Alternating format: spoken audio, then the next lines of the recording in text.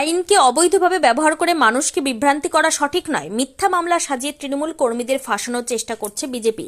গঙ্গারামপুরের হাতিডোবার ঘটনা নিয়ে রবিবার এমনটাই জানালেন তৃণমূল নেতা তথা এবারের বিধানসভা নির্বাচনের গঙ্গারামপুরে তৃণমূলের প্রার্থী গৌতম দাস। সত্যি ঘটনা সবার সামনে আসুক, প্রশাসনের মাধ্যমে এমনটাই দাবি করেছেন তৃণমূল নেতা গৌতম দাস। জানা গিয়েছে, গঙ্গারামপুর পৌরসভার 18 নম্বর ওয়ার্ডের হাতিডোবা এলাকায় বিজেপির এজেন্টকে মারধরের অভিযোগ তোলেন তৃণমূলের বিরুদ্ধে। ঘটনা নিয়ে শনিবার রাত্রে গঙ্গারামপুর থানায় লিখিত অভিযোগ করেন সত্যম আলো নামক ওই বিজেপি কর্মী। ঘটনার পরিপ্রেক্ষিতে এক তৃণমূল কর্মীকে আটক করেন পুলিশ। এমন ঘটনা জানতে পেরে রবিবার গঙ্গারামপুর থানায় ছুটে যান তৃণমূল নেতা তথা তৃণমূলের প্রার্থী গৌতম দাস।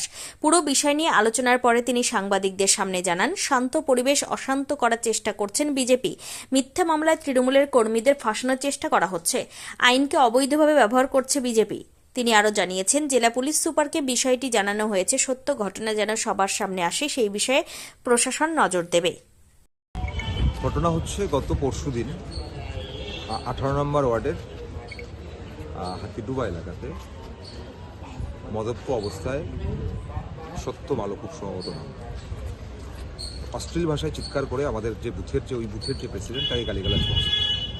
সেই সময় মোটরসাইকেল নিয়ে ফিরছিল, সে সামনে দাঁড়ায় এবং দাঁড়িয়ে জিজ্ঞেস করে যে কেন এই সমস্ত বাবা মা তুলে গালিগালাজ করছিস কেন। তখন তার উপর অ্যাটাক করে তারা কয়েকজন মিলে, এবং অ্যাটাক করার পরে রীতিমতো তার সঙ্গে ধস্তাধস্তি করে, জামা কাপড় ছিঁড়ে দেয়। এবার আমার সঙ্গে যদি কারো ধস্তাধস্তি হয় সেখানে তো পাল্টা কাউন্টার হবে, এটাই স্বাভাবিক, এটা অস্বাভাবিক নয়। পাল্টা কাউন্টার হয়েছে এবং পরবর্তী সময় থানার থেকে পুলিশ ফোন করে আনোয়ারকে জানায় যে ওখানে একটা গণ্ডগোল হচ্ছে, একটু যদি শান্ত করা যায় বিষয়টা। আনোয়ার সেখানটায় যায়, তাদেরকে ছুটিয়ে দেয়, শান্ত করে। সারাদিন চলে গেল, কিচ্ছু নেই। পরের দিন যিনি বিজেপির প্রার্থী, যিনি এলাকার বিধায়ক ছিলেন, তিনি দেখবেন লাইভ ভিডিও তার হয়তো আপনারা পাবেন, যেখানে লাইভ করেছে, যেখানে বলেছে যে তৃণমূলের লোকেরা মারধর করছে, অত্যাচার করছে, উল্টো আমাদের লোকের উপরে অত্যাচার হচ্ছে। জয় শ্রীরাম ধ্বনি তুলে, জয় শ্রীরাম ধ্বনি দেওয়া কোনো অপরাধ নয়, কিন্তু সেটা ইনসাল্টিং পজিশনে নিয়ে যাচ্ছে ভগবানকে, এবং বাবা মা তুলে খিস্তি করছে, গালিগালাজ করছে। এবং এই সত্যম আলোর এগেনস্টে এর আগেও একাধিক মামলা আছে। এলাকার মানুষের কাছে গেলে আপনারা জানতে পারবেন তার ট্র্যাক রেকর্ড কী। তারপরেও আমরা শান্তি অবস্থান করবার জন্য কালকেও সত্যেনবাবু গিয়ে উস্কানি দেওয়ার পরেও, ওই অশোকবর্ধন সত্যেনবাবুর উস্কানি দেওয়ার পরেও আমি নিজে এলাকায় যাই, এলাকায় গিয়ে বলি যে কোনোরকম তাদের ট্র্যাপে পা না দেওয়া, উস্কানিতে পা না দেওয়া। পরবর্তী সময় দেখা যাচ্ছে যে একটা গণ্ডগোলের এফআইআর হতেই পারে, বোথ সাইড এফআইআর হতে পারে, কিন্তু অত্যন্ত দুঃখজনক বিষয় যে যারা অভিযোগটা করছে তারা একটা মিথ্যা মামলা সাজিয়ে অভিযোগ করেছে থানাতে, যেখানে পক্সোর মতো অভিযোগ, যেখানে কোথাও কোনো ভিডিওতে সত্যেনবাবু লাইভ করার সময় আপনারা কোথাও দেখতে পাবেন না যে এইরকম কোনো ঘটনা ঘটেছে। এবং যাকে পুলিশ ফোন করে পাঠালো থামানোর জন্য, তাকে 1 নম্বর আসামি করে মামলা স্টার্ট করা হলো। এই অন্যায় আমরা কোনো মতে মানতে চাইছি না, আমরা মানব না। লিগ্যালি যদি কিছু হয়ে থাকে নিশ্চয়ই এফআইআর হবে, পুলিশ রেড করবে, অ্যারেস্ট করবে, ব্যক্তিগতভাবে দলের তরফ থেকে আমাদের কোনো আপত্তি নেই। যেখানে পুরো নির্বাচন প্রক্রিয়াটা উৎসবের মেজাজে হলো, হারের ভয়ে কী করে মানুষকে ব্যতিব্যস্ত করে দেওয়া যায়, এলাকায় কী করে ল অ্যান্ড অর্ডার তৈরি করা যায়, তার চেষ্টা একজন নির্বাচনে দাঁড়িয়ে যিনি বিধায়ক ছিলেন তার কাছ থেকে অন্ততপক্ষে এটা আমরা আশা করি, বা তার দলের কাছ থেকে এটা আমরা আশা করি না। সত্য ঘটনা যা আছে তার এগেনস্টে যা স্টেপ নেওয়ার আইনগতভাবে আমরা তার পক্ষে, তার বিপক্ষে নই। কিন্তু মিথ্যা মামলা তৈরি করে এলাকাকে উত্তপ্ত করে দেওয়ার চেষ্টা, এলাকাকে শান্তি বিঘ্নিত করবার চেষ্টা, এটা কখনোই কাম্য নয়। আমরা আজকেও পুলিশের কাছে এসেছি, এই দাবিটা নিয়েই এসেছি, শান্তিপূর্ণভাবে এসেছি যে আপনারা ইনভেস্টিগেশন করুন, সত্য ঘটনা যা আছে তার এগেনস্টে আপনারা মামলা করুন, আমরা আপনাদেরকে ফুল কোঅপারেশন করব। কিন্তু মিথ্যে কোনো বিষয় আমরা কোনোভাবে মানতে রাজি নই।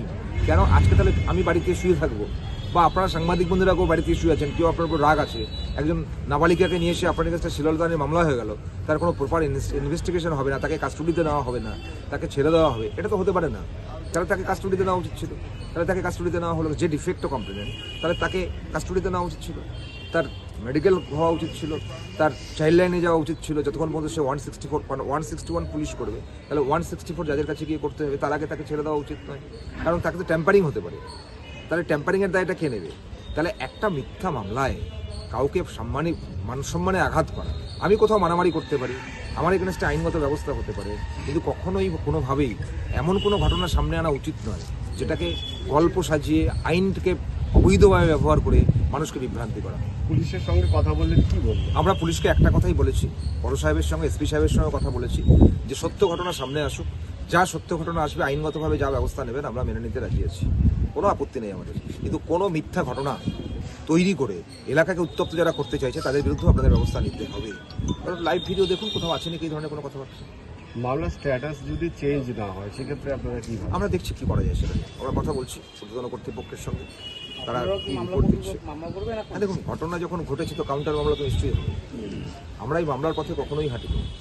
আমরা চেয়েছিলাম এলাকায় শান্তি অবস্থান করুক, তাদের মধ্যে ঝগড়া গণ্ডগোল হয়েছে, হতে পারে তারা বিপক্ষ পার্টি, হতে পারে সে হয়তো কোনো কারণবশত গালিগালাজ করেছে, একটা কাউন্টার হয়েছে, হবে মামলা। কিন্তু তা বলে মামলাটার জিস্ট এরকম হওয়া উচিত নয় যে কাউকে ফাঁসিয়ে দিতে হবে বলে মামলা করা, রাজনৈতিক স্বার্থসিদ্ধি করতে হবে মামলা করা, এরকম কোনো ঘটনাই হওয়া উচিত নয়। পুলিশ প্রশাসনের ভূমিকায় কি আপনারা স্যাটিসফাই? দেখুন, পুলিশ প্রশাসনকে নিয়ে এই মুহূর্তে আমি কোনো মন্তব্য করব না। পুরো পুলিশ সিস্টেমটা নির্বাচন কমিশনের আওতায় আছে। তবে পুলিশের তো নিজস্ব ক্ষমতা আছে, কারণ আমি পুলিশ অবজারভার যদি কোনো রিপোর্ট পাঠায়, পিও ভিজিট কিন্তু পুলিশকেই করতে হবে, ইনকোয়ারি পুলিশকেই করতে হবে। আমার মনে হয় পুলিশ সেটা করবে। আমার মনে হয় সে বিশ্বাস এবং ভরসা দুটোই আছে।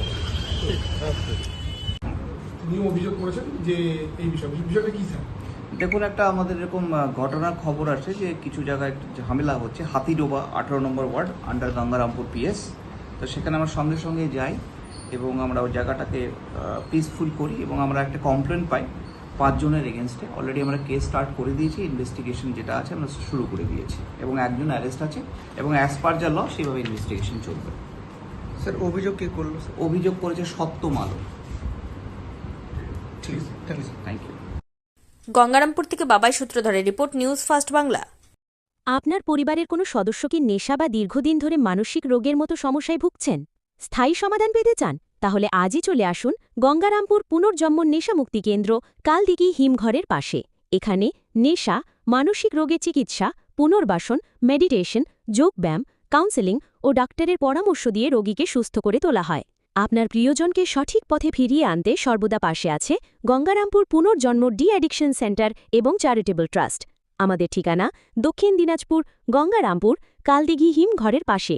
যোগাযোগ 8670149220।